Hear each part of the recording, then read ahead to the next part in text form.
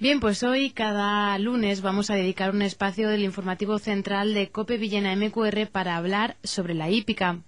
Para ello contamos con la presencia de Mónica Yáñez, que es miembro de la yeguada del Marqués de Villena. Buenas tardes. Hola, buenas tardes. Mónica, hoy nos vas a hablar del mundo de la hípica, concretamente de la historia del caballo y todo lo que a este engloba, ¿no es así? Sí, bueno, el programa yo de lo que vengo a hablar es de caballos y hoy en concreto, pues si queréis hacemos un pequeño recorrido de su historia. Además, quiero remarcar que en COPE Villena MQR nunca se ha dedicado un espacio para hablar de la hípica y creo que va a ser una buena iniciativa, puesto que en Villena hay muchos usuarios y mucha gente que se dedica a este deporte, que no deja de ser un deporte, la hípica, tanto como profesional como por hobby, ¿no es así? Sí, hay muchísimos aficionados en Villena y alrededores, sí. Bueno, pues hoy vamos a inaugurar nuestro programa con la historia de la hípica. ¿Cuáles son los antecedentes del caballo, Mónica? Pues bueno, un dato muy curioso es que desciende de una criatura muy pequeñita, del tamaño de un zorro, que parece algo que no puede ser, ¿no? Pero sí, así era. Era una criatura llamada Eohippus y que existió hace más o menos 50 millones de años. Y no tenía cascos en sus patas, como tienen ahora los caballos. Tenía 4 dedos en las patas delanteras y 3 dedos en las patas traseras, acabadas en una uñita redondeada.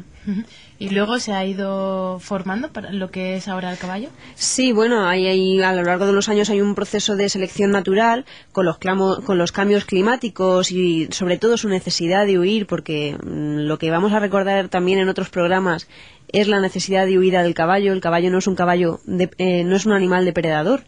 Su tendencia es siempre a huir. Él no quiere problemas. Entonces todas estas condiciones dejan paso a otro caballo, a otro tipo de animal más grande, con el cuello más largo, y que se llama Eohippus. Pasamos por otros antepasados hasta que llegamos ya al género del Equus, que es el caballo moderno, y que también incluye a cebras y asnos. Y más o menos, ¿sobre cuántos años estamos hablando? Pues el Equus se estableció en la Tierra 500.000 de años antes que la llegada del hombre. También destacabas antes que el caballo tenía necesidad de huir. Sí, esto es un tema que a mí me gusta mucho porque en eso se basa la relación actual del hombre con el caballo, su relación de doma, su relación de amistad, y es eso principalmente, que el caballo nunca quiere problemas. Su tendencia, cuando hay cualquier cosa que a él le asusta, que cree que hay peligro, su tendencia es la de huir.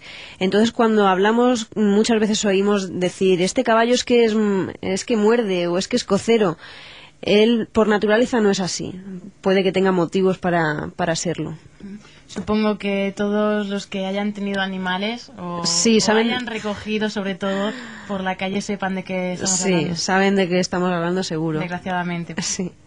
Bien, y tiende a huir el caballo, pero finalmente es domesticado. Sí. ¿Cuándo más o menos empieza el hombre a montar en caballo? Pues probablemente alrededor del 4.º milenio antes de Cristo. Y los primeros jinetes surgieron, yo creo que en el 3.er milenio antes de Cristo, como muestran algunos restos arqueológicos. A lo largo de los años, primero era utilizado como alimento. Primero el hombre primitivo lo que hacía era cazarlo y comerlo. Luego ha sido utilizado como instrumento de trabajo, más tarde de guerra, de ocio y, en definitiva, que ha participado de forma activa a lo largo de la historia. Eso te iba a preguntar yo. ¿Cómo se podría resumir la figura del caballo a lo largo de los años? Porque, como bien decías, ha tenido diferentes funciones, ¿no? Sí. Pero creo que desde que el hombre se convierte en jinete, amplía su campo de acción en muchos aspectos, porque le abre un gran abanico el caballo de posibilidades en el campo de la caza, porque puede cazar a caballo, o de la ganadería, porque puede controlar mejor sus rebaños. Y poco a poco llega el caballo incluso a jerarquizar las sociedades, porque cuando los reyes o señores feudales eran poderosos, siempre se tiene constancia de que siempre ceñían armas, montaban a caballo y defendían sus territorios. fabricaban sus arreos, sus carros de combate, y gracias a toda esta nueva forma bélica se determinaron muchas batallas. Mónica, también ha habido, comentábamos antes, frases célebres o fragmentos como de una poesía de ilustres de España, como puede ser Carlos V, que han escrito sobre la figura del caballo en torno a una guerra. Sí, Carlos V tenía una frase que a mí me gusta mucho, que decía que por un clavo se perdió una herradura, por una herradura un caballo, por un caballo un caballero, por un caballero una batalla, por una batalla una guerra y por una guerra un imperio. Es decir, era parte fundamental de la historia. Y estamos hablando de grandes personajes de la historia, porque también el caballo significaba tener poder adquisitivo, ¿no? Era de personas nobles. Exacto. Cuando vemos las ilustraciones tan bonitas, sobre todo en la historia contemporánea, siempre vamos a ver gente rica, reyes, nobles, duques, generales, y siempre era de un riguroso atuendo y equipo bélico, a lomos de su caballo. Porque es que el que montaba caballo se denominaba o se denomina caballero y no un lacayo. Y además compartía una cualidad del caballo que es su mayor virtud, que es la nobleza. Era noble, por lo tanto.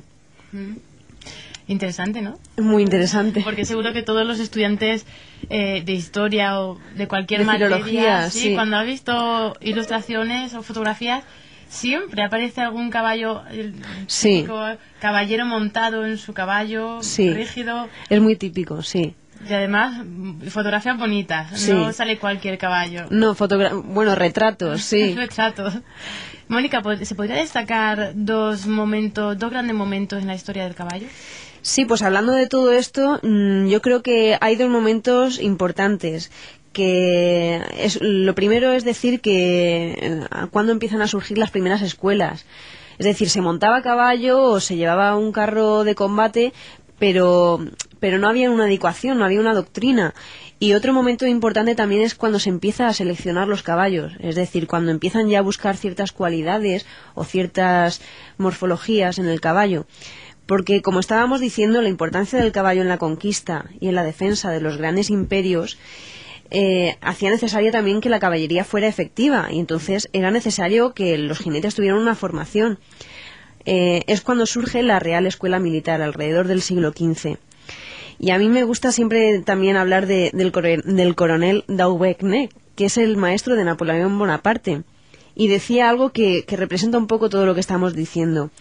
Decía que es el caballo el que hace el jinete, es el caballo el que enseña al jinete, pero que la especie que produce nuestro reino, hablaba este coronel, es un caballo flojo, blando y desfigurado.